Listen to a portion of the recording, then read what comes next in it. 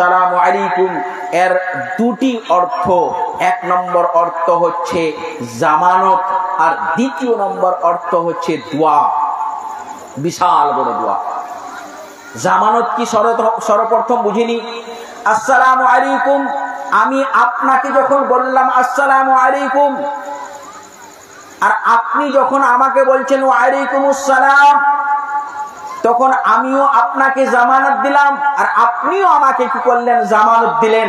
জামানত হচ্ছে কি, আসসালামু আলাইকুম, হে মুসলমান ভাই, হে মুসলমান ভাই, আমার পক্ষ থেকে আপনি সালামত থাকবেন, আমার পক্ষ থেকে আপনার পরিবার পরিজন সালামত থাকবে, আমার পক্ষ থেকে আপনার যত ধন সম্পদ রয়েছে সমস্ত কিছুই সালামত থাকবে, বিন্দু পরিমাণে এই সমস্ত কিছুর ক্ষতি টানব না।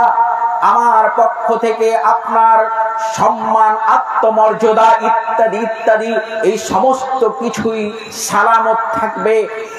আর তারপরে যদি আপনি কি করেন, ওই মুসলমান ভাইকে আপনি জামানত দিলেন, অঙ্গীকার করলেন, ওয়াদা করলেন, আমার পক্ষ থেকে সব কিছুই আপনার সালামত থাকবে।